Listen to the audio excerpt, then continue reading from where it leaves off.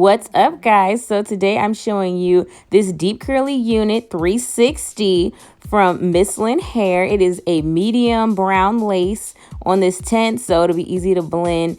And you can see the little 360 in the back. So we're gonna start working on this hairline. The hairline is very full. It's super dense, so I'm gonna have to pluck that out.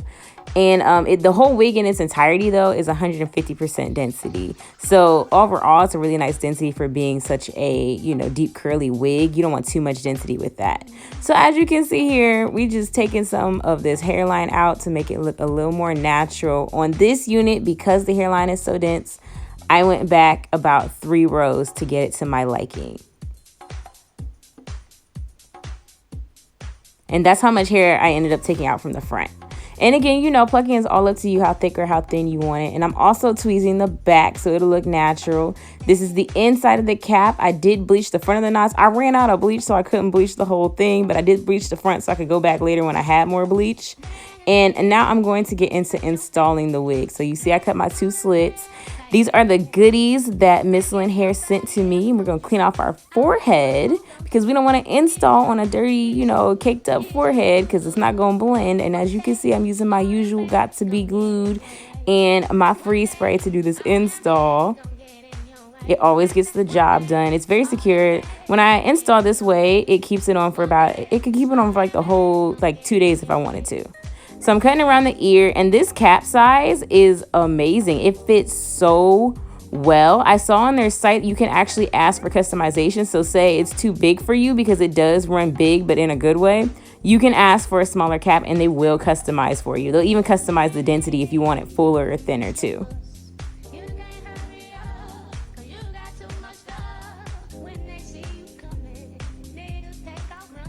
So this is how it's fitting behind my ears. You saw I had to get my life together trying to cut around that ear. And now I'm cutting the rest of the lace off on the forehead. I cut jaggedly to make it more of a little seamless install. You cut straight, it looks like, that line of demarcation from your wig is just there.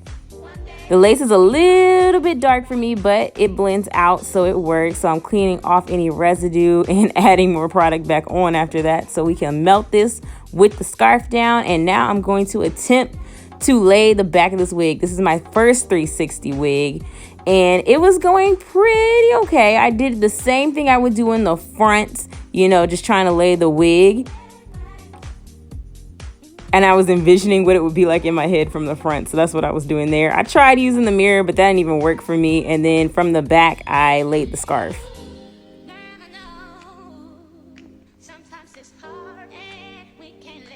So cutting off the lace in the back, what I realized is that there was no point in me laying it first, because I ended up taking up the whole back, cutting off the lace and trying to put it back down and trying to remelt it back down. Come here. You don't have to be on it. You gotta tell me if this is trash.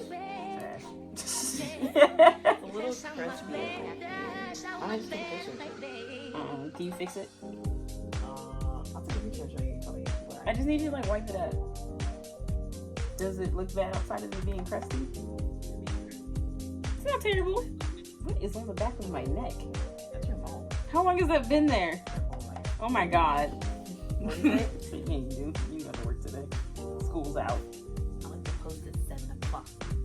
Oh, look at you with a posting schedule. Had to call in reinforcements, but it's back to business. So I'm blending out the lace to make it match closer with my skin tone. And then I trim up a little bit of the extra lace that's at the front. And now I'm adding some baby hair. This is really easy to add baby hair too. Like it almost, because the hair is curved in the way that baby hair should go anyway. So that was really easy. And then I wanted to show you guys, even though I'm not going to wear it up, that you can pin it up because it is a 360 wig. But I'm not going to expose myself. You're not going to drag me for how that back is looking because my little cocoa bugs are sticking out. I'm learning, but I had to show y'all that it could be done. So right here, what I'm doing is basically refreshing these curls because they're very, large now. So I want to bring them back down and define them. I'm using water and my Garnier Fructis leave-in, and it worked like a dream. It took to the hair so well. I'm not getting it sopping wet. I'm just getting it wet enough.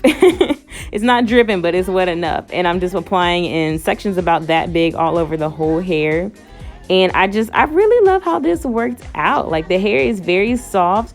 and it does not really tangle all like that for the kind of hair that it is. I was really impressed. This is very low maintenance for being a tighter curly wig.